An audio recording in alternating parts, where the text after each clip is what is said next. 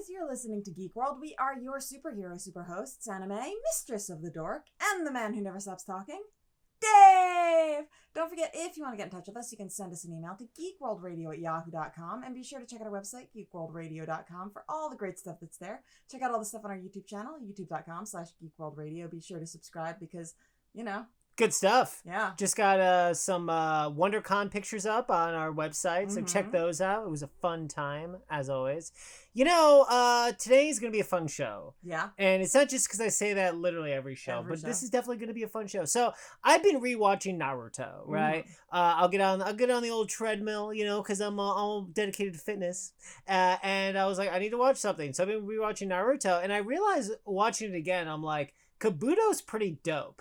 Like, Kabuto is working for Orochimaru, right? He's his underling, but he's like pretty crappy to Orochimaru at all times. He's like constantly patronizing him. He's always like just one step away from like from possibly getting power over Orochimaru. Yeah. And it kind of changes as time goes on, but at first I was like, oh, he's really dope. And I started thinking about all of the other like henchmen and right-hand men that are like super dope and stuff, but aren't necessarily the primary villain. I mean, I think one of the prime examples that like anyone can point to this is James Bond Henchmen. Oh yeah, you know, it's like you might forget who the villain of their movie is, but you don't forget Oddjob or Jaws. You know, you don't forget Xenia Onatop. And... So that's basically what this show is about. This show is about henchmen that are cooler than the villains or overshadow the villains. Yeah, let's, like you said, let's start with Bond. I agree. I think this is like a quintessential part of Bond. Like, honestly, it's funny because Oddjob and Goldfinger to me aren't necessarily in the same movie. Like, I know they are,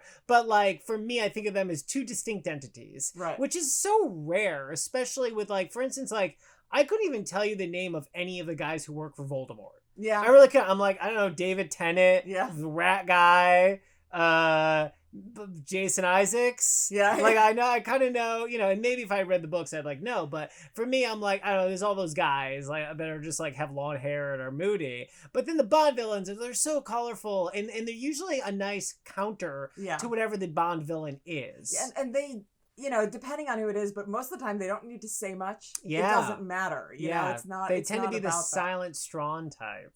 Yeah, I guess. Even Xenia. Yeah. Xenia's like totally a silent strong type. Especially when she's like, you know, AKing fools and getting off on it, frankly. Yeah. Which may be my favorite moment of movie history, by the way. And she's just annihilating all those guys is great.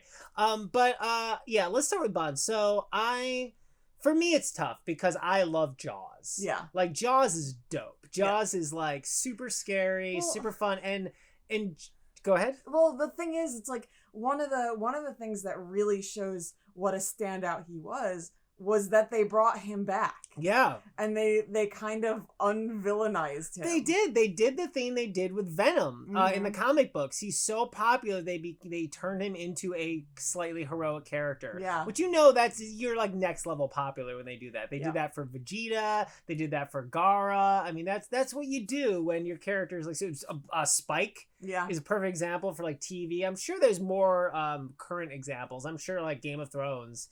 But I don't know. I'm not watching Game of Thrones right now, so I have no idea. Yeah. But let's talk about...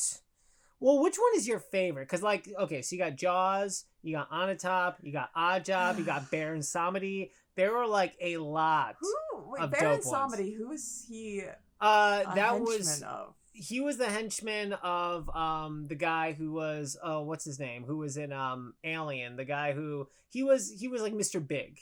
God, was the character's name. It's so funny because like I could not even in my mind in that one. It's like no, it just is Baron Samedi, right? Yeah. Like, which is a perfect, you know, it perfectly exemplifies what we're talking about. But like, you know, I can't even picture the other guy. Yeah, well, it's funny because the other guy, you would recognize him if you saw him. He was an actor, and I wish I could remember his name right now. I can't. He was an alien. He was in Homicide: Life on the Streets. But what's funny is like, when he's playing Mr. Big, the persona, he's got like this bad makeup on where he doesn't look like a real person, and then he like tears it off like Mission Impossible style. Yeah.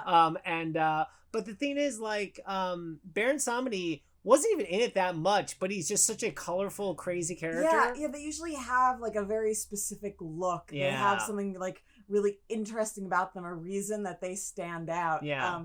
It's and a lot of the time the real bad guy just doesn't stand out as much. Yeah, and it's funny because I think that it works in a lot of ways, because sometimes like, the main villain can't be too exciting because you need to, well, for a few reasons. One, you need to kind of believe that, like, I think this works the best when you have to believe them as the one thinking out all this evil stuff, and so they just have like a dog on a leash, ready to attack. And ironically speaking, 2 of the entries on this list both have the exact same name. Yeah. Which is Mad Dog. Mad Dog. There are 2 characters, Mad Dog. One is from Hard Boiled, played by Philip Kwok, who we freaking love from, like, he's one of the Venoms. He is. I love Philip Kwok so much. Then there's also Mad Dog from The Raid. Yeah. And they're both dope bad guys who are the right-hand men. Now, it's funny because when it comes to Mad Dog from Hard Boiled, he wasn't even originally in the script. When they originally wrote the script, it was just the bad guy and some other henchmen. Yeah. But then they realized that the bad guy in Hard Boiled was not really scary at all. Yeah. Wasn't intimidating. And Philip Kwok was already there doing the action choreography. Yeah. And John Woo's like, wait, we should get Kwok in here to play, like, the main, like, baddie bad. Yeah. And he's awesome. Yeah. Yeah, and I think another point to bring up just about this topic in general is that, we're kind of avoiding the ones that it's like for the whole movie you think that they are the bad guy, and then at the last minute there's a twist and it's like, no, there's a guy that was controlling them. Yeah, I think overall, like, I think we can mention some of them because some of them are like primarily huge characters. That people think of as central villains who really aren't. But yeah, overall, like that they don't really count. Yeah. Well, like for instance, like you want to just go like Darth Vader. Like, what does he count as? Yeah.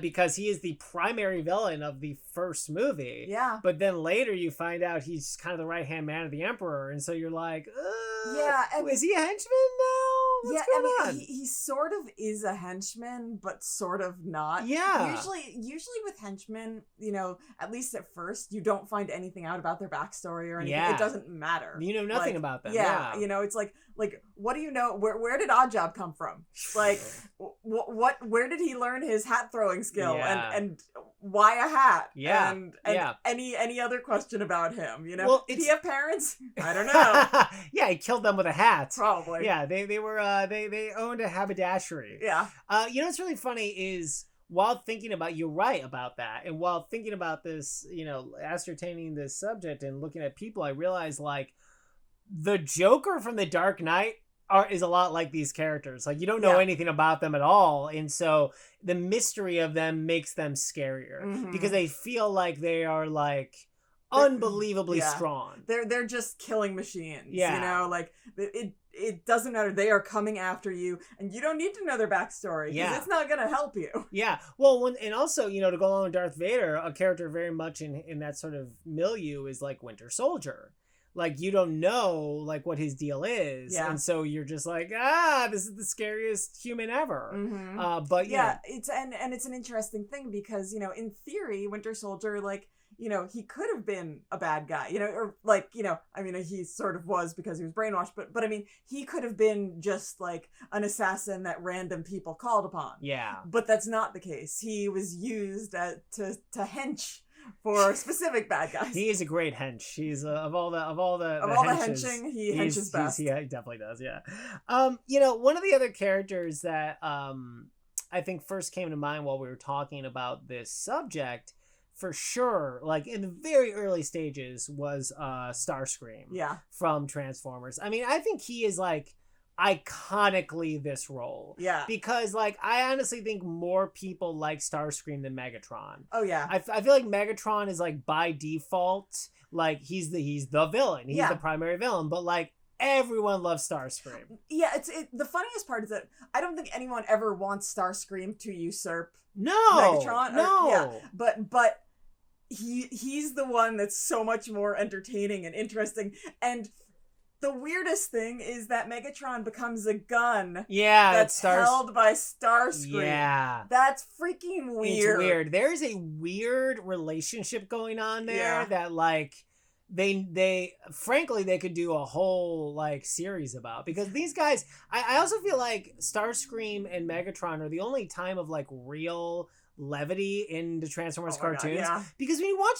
When the Autobots try to be funny in the cartoon, it doesn't work.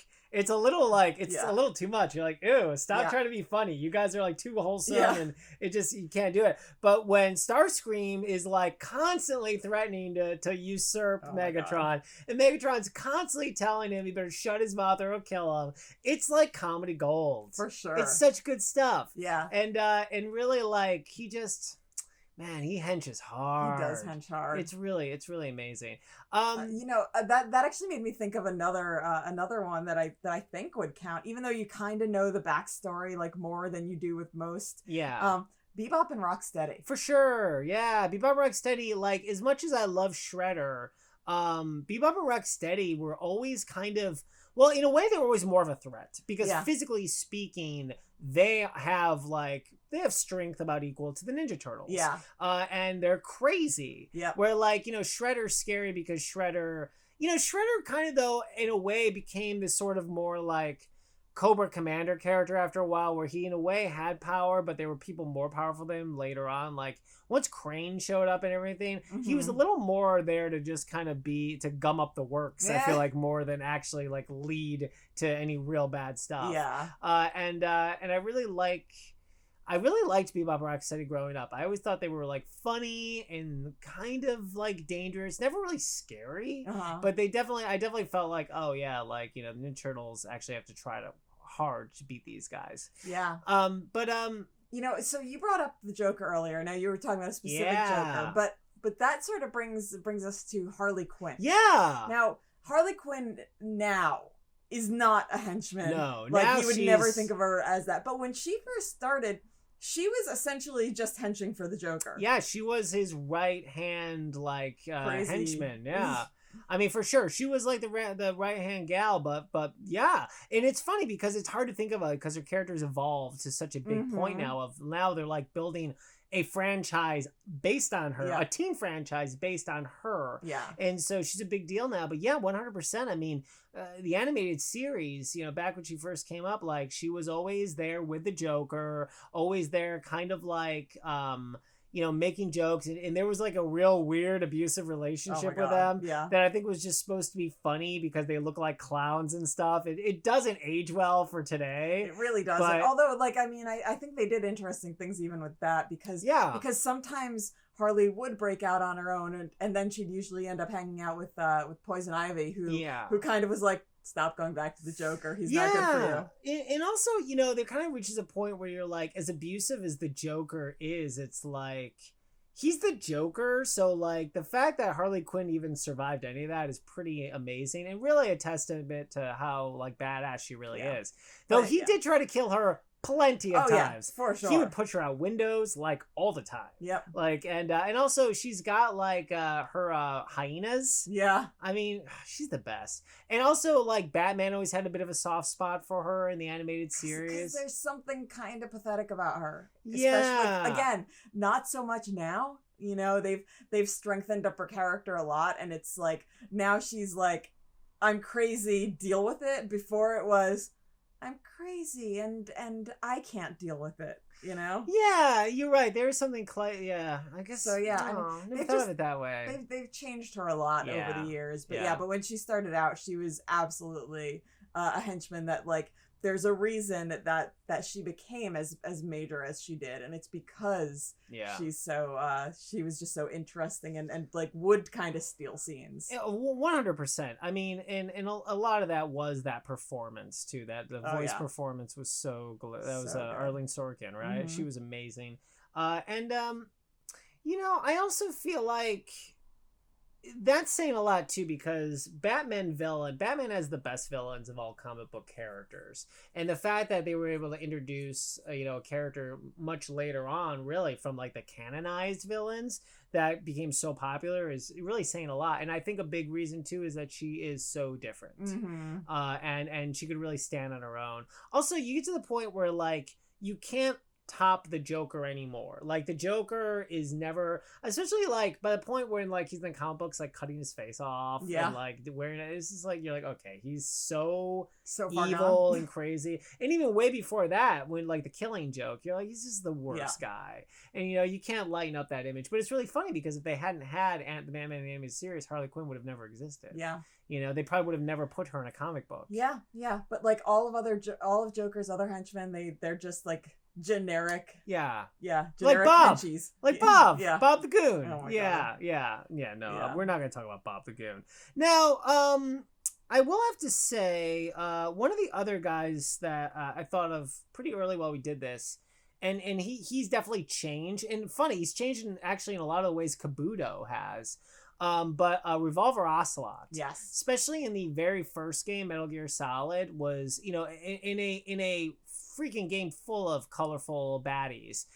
He was always, I thought, the most interesting, far more than Liquid Snake. Really, as cool as Liquid Snake is. By the time you get to Liquid Snake, you're like, oh, okay, cool. He's just like the evil twin. But like Revolver Ocelot was like his own thing. He was just cool, and he kind of like, he was like this old guy, this old West thing. He was like super confident in a way that like frightens you, because you're like, this dude like has a 6-shooter, and everyone else is like super technically advanced, so this guy must be really a badass. And it is a testament to how popular he was in that game. He continued on, and there was like cloning with Liquid Snake later. There's this whole thing with him where he's like kind of the primary villain of the fourth game. And so, obviously this did work to his benefit, being as cool as he was in the first game. But it's one of those funny situations where like in that game specifically, I always think of Revolver Ocelot first. Not only that, I bought the Revolver Ocelot McFarlane toy way back in the day when it came out. I was like, this dude is awesome. Oh yeah, he's the best. Let's see. Oh, how about Kill Bill? Go-Go? It's funny because like, so Bill sort of has his henchmen, which are all the girls, but most of them had moved on by the time the movies happened. But Oren Ishii, she had Go-Go. And the Crazy 88 also like are a bit standout, but Go-Go is something special. Go-Go is so amazing. Just such a great sort of blend of all kinds of traditional martial arts stuff. She's dressed like a character from Battle Royale, and that actress was in Battle Royale.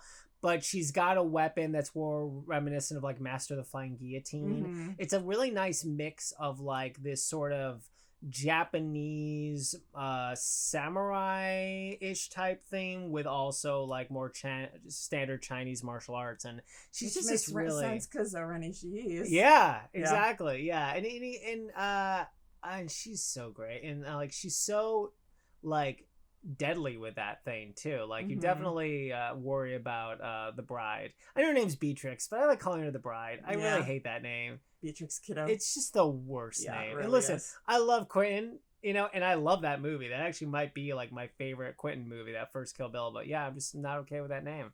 Sorry. And I'm okay they bleep it out the whole time. But you know what? There's something cool about having a main character that's so badass and cool with a terrible name. There's something kind of neat about that. You're like, because it's like when you meet somebody with a cool name and you're like, oh, they must be like a cop or something, and they're really just like, the guy who does your taxes or whatever. I mean, that's the thing. It's like Neo has his online name of Neo because his name is Thomas Anderson? Mr.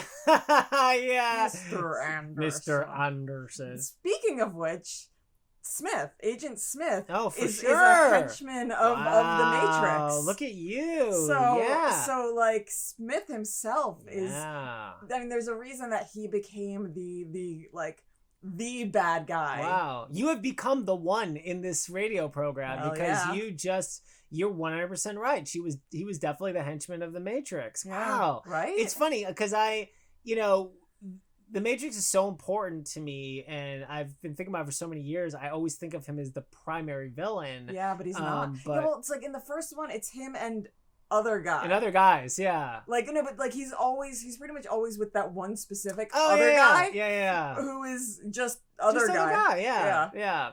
Australian sidekick man. He might also be a Smith. They might be both Smiths, but Agent Smith is Agent Smith. Yeah. That's a good. Yeah, they probably all are called Smiths. Probably. But he's probably like Alpha Smith. Yeah. Smith 1.0. At least he is after combining with Neo. Yeah, seriously. Oh man, that's a good point. Yeah. I love him, man. That is so such good. a great villain, and I guess it's got a henchman. Oh man, see, that's the thing. It changes how you see things, especially after going back to Darth Vader. After the second one, you're like, oh god, it's like weird. It's like, well, who is even a villain anymore? I know. It's like, but it's also like Carl from Die Hard. It's like Alan Rickman is the villain of Die Hard. Right. But Carl, the blonde dude, Yeah. is like the scary one. He's the one that like almost actually kills John. Yeah. Is the one who actually is a real physical threat to John. Mm-hmm. Like you're not really worried Hans Gruber is going to kill John McClane.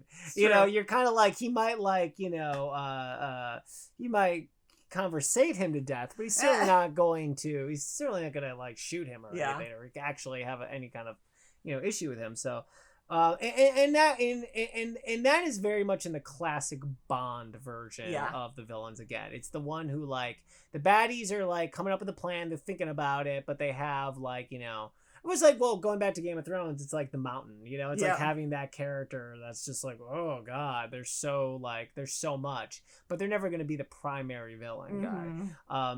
Another good example is in X-Men 2.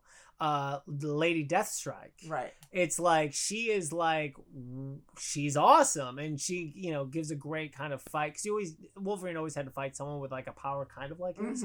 But Stryker is like a great villain, but he's not like intimidating in a sort of actiony kind of way, especially with Brian Cox, who's an amazing actor but always a bit of a portly fellow.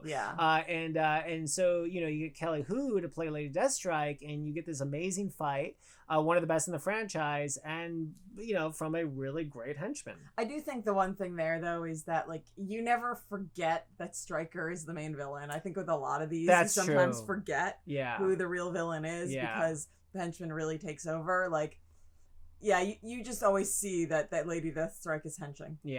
Well, and that's funny because one thing with Lady Deathstrike and actually Mystique in that franchise is neither one really talk. And that's kind of the one thing too, is like only Jaws and Oddjob kind of were able to get away with that. Usually, actually, no, we talked about this already. Henchmen hardly talk anyway. Never mind. What do I know? What do you know? Seriously. No, I was asking you. I was hoping maybe you could give me some kind of... I don't know what you know. I haven't figured it out yet. You'll have to figure that out for yourself. I did want to bring up Tomaru Shigaraki. Sorry, I can't say his name right. The dude with all the hands on his face in My Hero Academia. He is awesome. He's got the power of decay. And we've only watched the anime. We haven't read the manga, so we only know so much of his story. But he is a pretty thrilling right-hand man to the main primary villain of the story, because he's just really freaky and scary. Especially in My Hero, where the primary heroes are in high school still, so everything feels a little more threatening, and then you get this dude who just looks like just this scary installation art piece who actually has an incredibly scary power. And you're just like, oh god, this is not good. And in a way that anime is really good with this stuff. Anime video games particularly, I think, are really good with this idea of making a henchman that is still a villain in a big way, but just not the overarching villain. It's an interesting thing because in My Hero Academia, that the majority of the villains are henching for one major villain, but the one that they introduced earliest, or pseudo earliest, wasn't a part of that. The one, the hero killer one, the Stain. Stain. Stain, Stain is just his own thing. Because I kind of remember a conversation going on that was like, oh, we should try and get that guy in our evil group, and but Stain isn't about that, and like he was such an interesting thing because like he's a solo bad guy. Well, it's interesting. You're right. I mean, it's kind of like this is a bad example, but there were a few villains I wanted to add this, and I realized they don't really count because they're like that. Like, this is a terrible example, but like, if we were talking about the Sinister Six, like Carnage could never be part of that group. Yeah. He's so awesome, but he's just like so insane and so off the chain. And maybe we'll do an episode like that of like off the chain villains, like villains that like they could never be part of a group. They're so bad. Yeah. Or even heroes. Like, for instance, like the Punisher would never be part of an actual group. Yeah. He's just like too much of a dog off the leash. Yeah, well, I mean, anytime in the comics and stuff that they try and like rein him in, it's like, no. He is there to kill gangsters and not follow your rules. There's this great panel from, I think it was Civil War, where like Captain America like beat him up for like murdering somebody, and it was just like he loves Captain America so much he couldn't fight back. Yeah, I mean, I think the only person that he can pseudo work with is really Daredevil. Yeah, Daredevil Ghost in a different way. Well, I was actually gonna say he and Wolverine could work together by not working together. Yeah. Well, it's really funny you say that. Okay, so there was a comic I loved in the 90s, drawn by John Romita Jr. called Hearts of Darkness. I think it was called Hearts of Darkness. And it was a team up of Ghost Rider, Wolverine, and the Punisher. And the three team up to fight Darkheart, I think his name was, and they're like saving kids and stuff. And it's funny, I had one of those moments where I really wanted to buy something at a con and I didn't, and I'm starting to regret it, even though some stuff like you just don't need to buy because it's such crappy quality. But there was a toy set of the three of them for that specific graphic novel that was from the 90s, and they didn't look good. They weren't good characters, but like part of me really wanted to own it. Did you take a picture? Because that's really all I might have taken a picture, actually. I think I did, yeah. Because I was like, I want this so bad. But yeah, there's only a few times he ever teams up. Like Archie. Yeah, what? When Punisher showed up in Archie. Oh my god, yeah.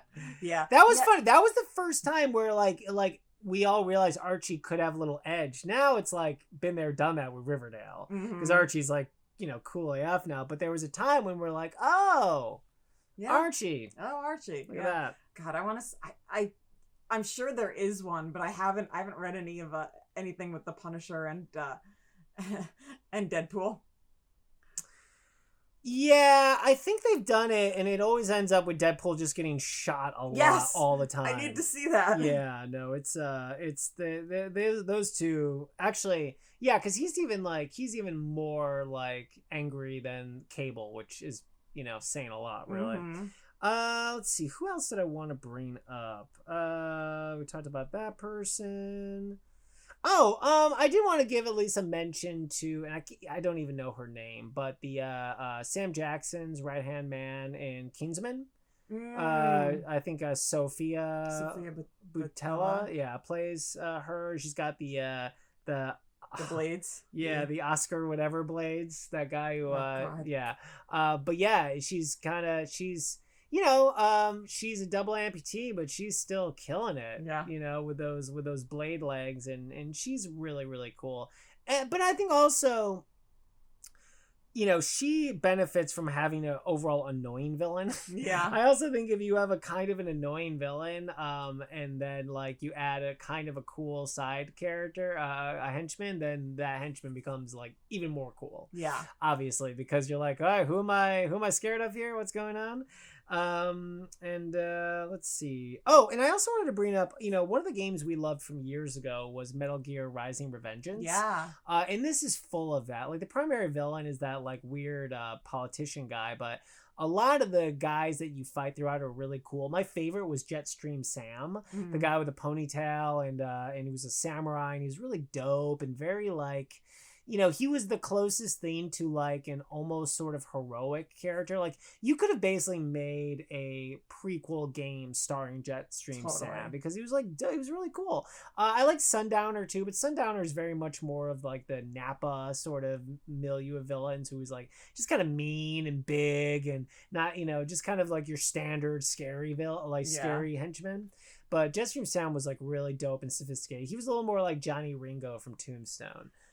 You know, it's funny when you think about Dragon Ball Z because technically, like, Vegeta and Nappa were henchmen for Frieza. Yeah. Frieza was apparently a henchman for Beerus. Yeah. Oh, I know. That's the thing. It kind of goes, and that's the other issue too. Is like the one issue with this kind of category is the fact that Darth Vader is a perfect example. You can get a character that like seems like they are the villain but are actually a henchman, or a character seems like a henchman but they're actually the primary villain. They become the primary villain, and because that happened a bit with Kabuto. Kabuto for a minute became the primary villain until we realized that there's another villain that's even more of a primary villain. Naruto does that on the constant. Oh yeah. You don't even know who the actual villain is until you're like, oh okay, it's got to be this guy because there was really no ninjas before these people.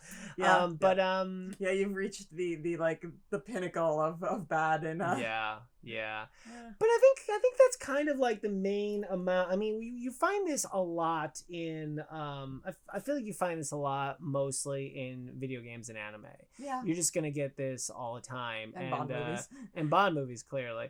And I think it's a good thing. Oh, I did want to mention Henchmen 21. Honestly, I haven't watched a lot of Venture Brothers in the last few years, so I know less about him. So yeah, I mean, he's one that they like actually ended up giving sort of a backstory to. One that even though all of them look like Monarch guys, they gave him his own real personality, and I don't know if he still is, but for a while at least he was looking out for the Venture Boys. I think he does become a hero. Yeah, he always felt like a bit like, was it Todd from Hydra or whatever? Or who's the guy from Hydra?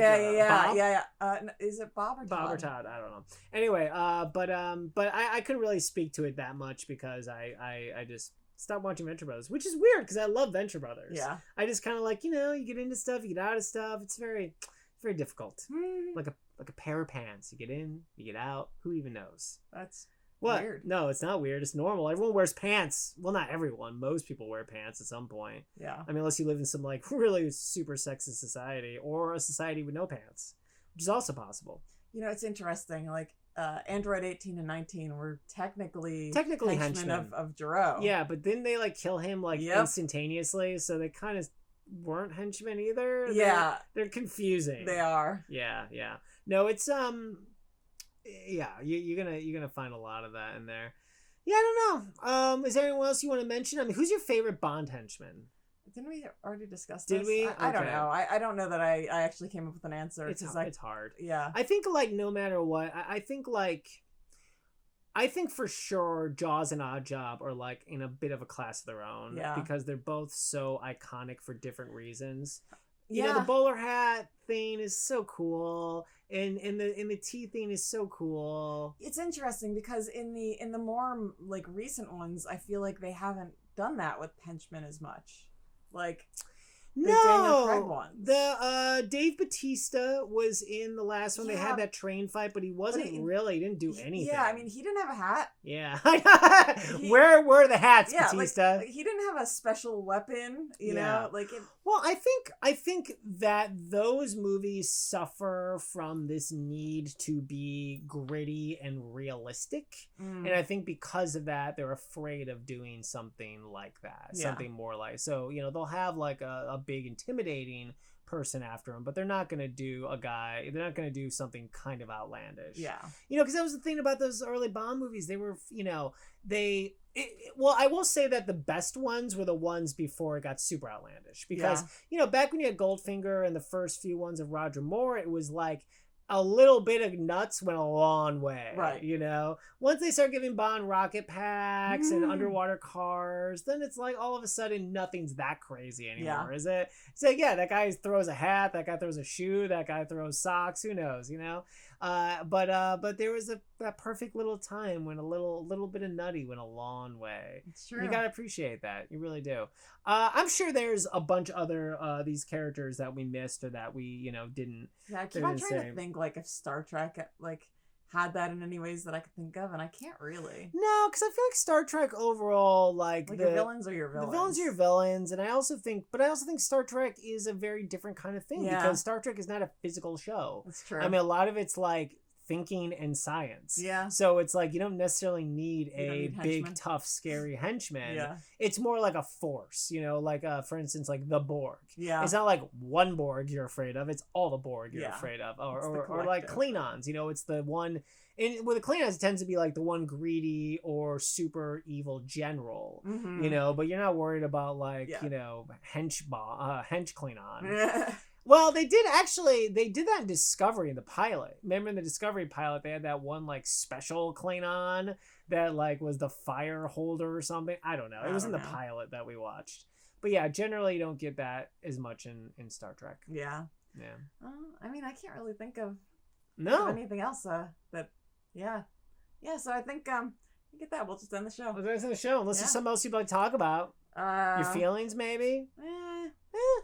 How about you? You want to talk about your feelings? A little bit. Yeah, I'm kind of feeling like a little vulnerable right now. I do want to say, finally finished Spider-Man, and are working on the DLC right now. That is one of the best superhero games ever made. And I gotta be honest, I'm really proud of Insomniac Games. To see a company that I've loved for years because of Ratchet and Clank really up their game, no pun intended, with Spider-Man is really impressive. And also the way they wove Miles into the story, especially in the same year of Into the Spider-Verse. So good. Really well done by Insomniac, by Marvel. It's just like such a super great game. Like it's one of the few times I've actually really felt like that fictional character. Like I really feel like Spider-Man when I'm playing that game. And that's pretty dope. That's really something you don't get a lot of, and I like that a lot.